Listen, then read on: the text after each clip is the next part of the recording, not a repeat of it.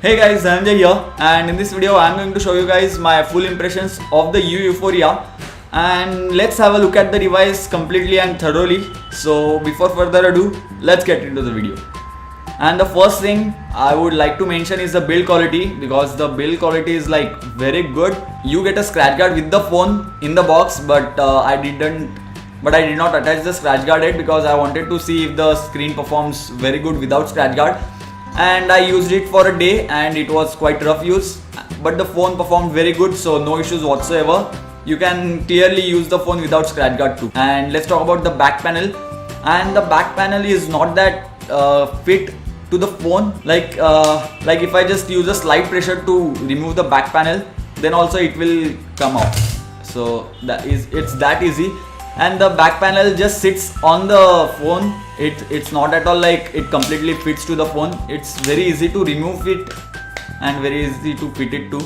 So as you can see, that's a bad thing, but overall other build quality is like very good. And the volume keys and the power button is also very tactile, and the power key is located in the middle of volume up and volume down keys. So my unit doesn't have any power button issues, because some of my friends who have Yuphoria have some power button issues, like the power button is not that tactile or it's not that good. So it's good thing that I got a very good piece. And these are the two SIM slots, both are 4G capable, and this is the memory card slot. So overall build quality is very good, except for the back panel, which is not that tactile and which is not that good according to me at least.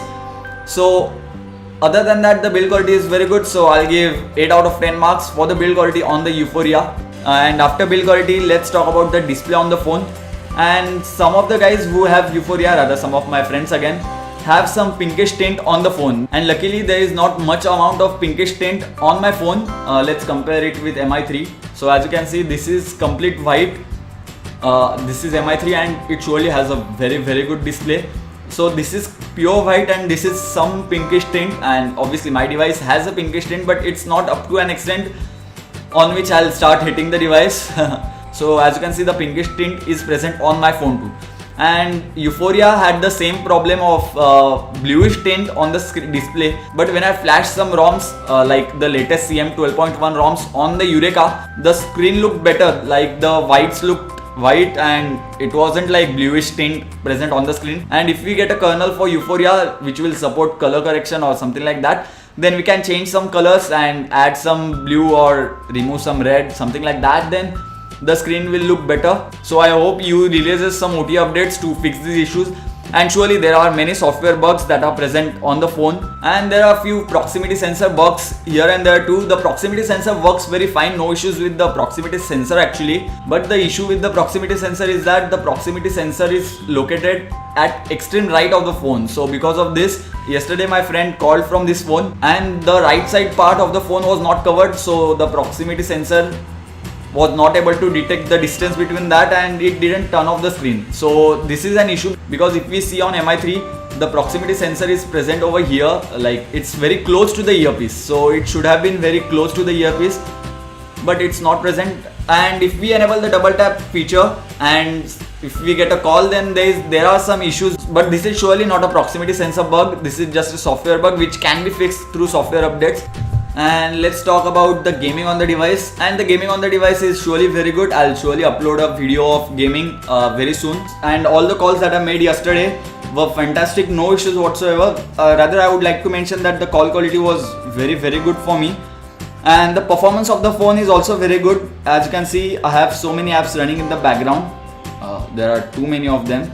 And still phone performs very good, no issues whatsoever. And I have to say that the battery life on the device was also very good. I did not do anything specific or I did not use power saving mode too.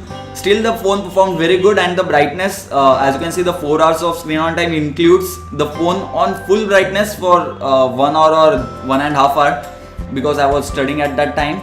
And the phone still performed very good. So thumbs up to the battery life, and I would surely like to test the battery life in detail. And even today I got very good battery life, so no issues with the battery life whatsoever. There is some minor heating issue for me, like when I'm reading from the screen at full brightness, and then if I play Clash of Clans at that time only, then the phone hits up a little bit. And as you can see, I am using the phone from last 20 to 30 minutes.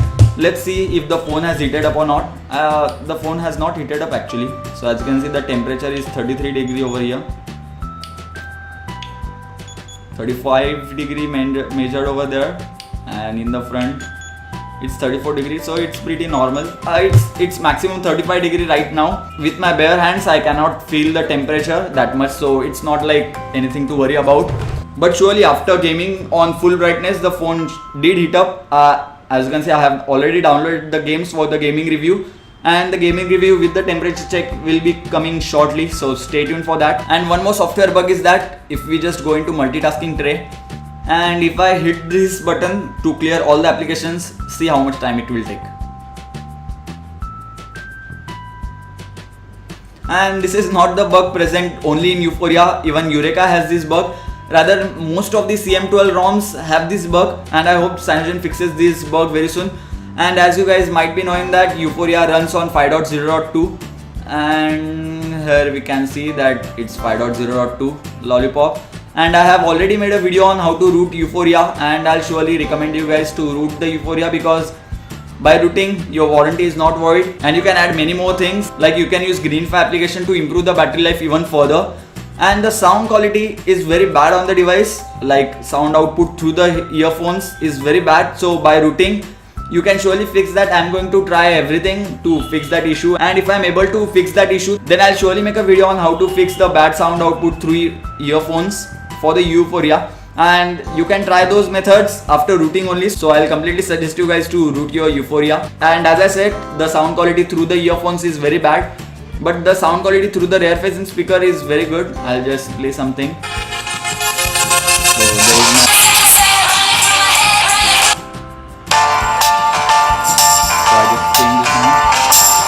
So as you can see, the sound output is very good. It's clear, crisp, plus it's very loud too, so that's surely a plus point. And I tested the earphones quality with 3 different earphones, and all of them sounded very bad, so that's surely a bad thing. And we get the stock earphones too with the Yuphoria, and these are identical to the Apple earpods actually, as you can see, but these didn't fit in my ear completely, and I'm pretty much sure that I'm not even gonna try them because they do not fit completely in my ear, and even these do not sound that great. So basically what I mean is that the sound quality through the earphones is not that good. So that was for the sound quality. Now let's come back to the display on the phone, and I'll play something. So as you can see, the display quality is very good, and the viewing angles are also very good.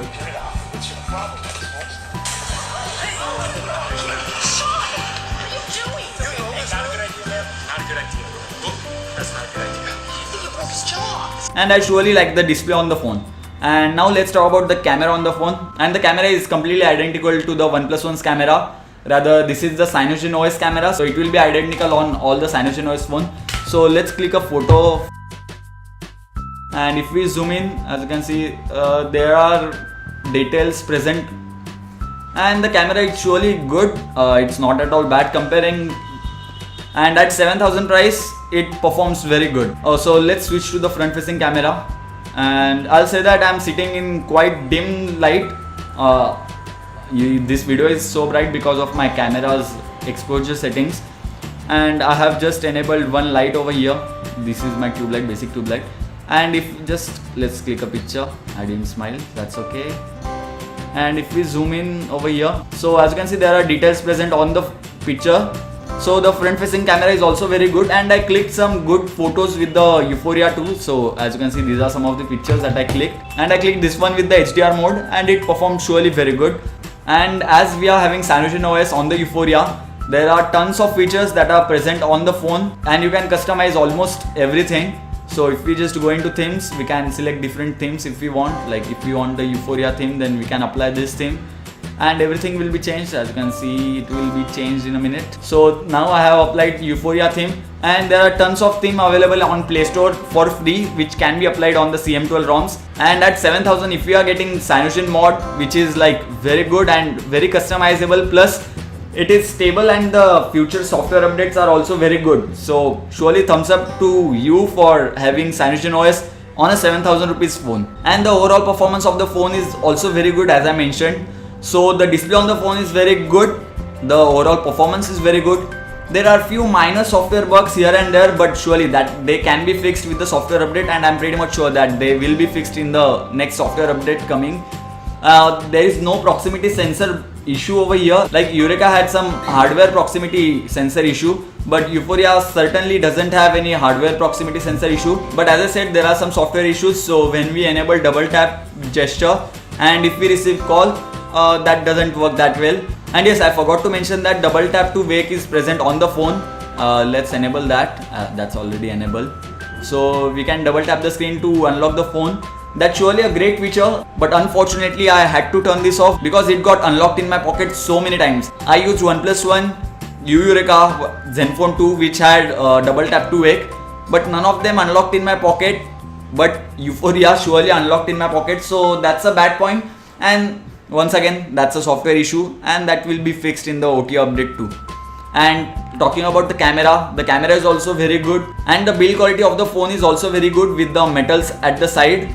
Just only issue, as I said, the back panel is loose. So thumbs up to you for making such an amazing device at 7000. I'll surely test this device out in detail and in depth, and I'll come out with my full review in a week or so. And if you guys want to know about the review as soon as it comes out, then don't forget to hit that subscribe button. And I would like to add one more thing, is that you is based in India and this phone is made by an Indian company, and you said that they will manufacture the future units of the Yuphoria in India. So all the best to you, and I hope that they start making the device in India as soon as possible, because I surely support Make in India campaign, and that would be very great if you start making the devices in India. Then I'll surely like to say that this device is made in India and made by an Indian company, which is so amazing. So yeah, this is it for the initial impressions of my Yuphoria, and if you guys still have any doubts, suggestions or queries, then do let me know about that in the comment section below, or you can simply follow me on Twitter. That will be the first link in the description box below. Simply hit me on Twitter and ask whatever question you have, and I'll surely answer it immediately. So this is it for this video, guys. Thank you for watching. Don't forget to hit the like button if you like this video, and if you like this type of videos, like in my initial impressions, if I cover all the things which I liked and didn't like, then do hit that thumbs up button, and do let me know about your thoughts in the description box below too. And the main thing is that don't forget to hit that subscribe button. So thank you guys, thank you for watching. Let it be. These are WhatsApp images. Oh, let me just show you this. So this is from my textbook actually. No, go back. So this is from my textbook actually, and this is something which engineering students study. I'll just read it for you. Everyone can lose something during his life. We may lose money, lose heart, and lose his friends. Similarly, computer also can lose something as well. Suppose your computer crashed one day and all your important data is lost and you could never be recovered. It could never be. And this is present in database management, and if engineers study something like this, then you know how bright the future of engineers is. Let it be. Let's come back to battery life.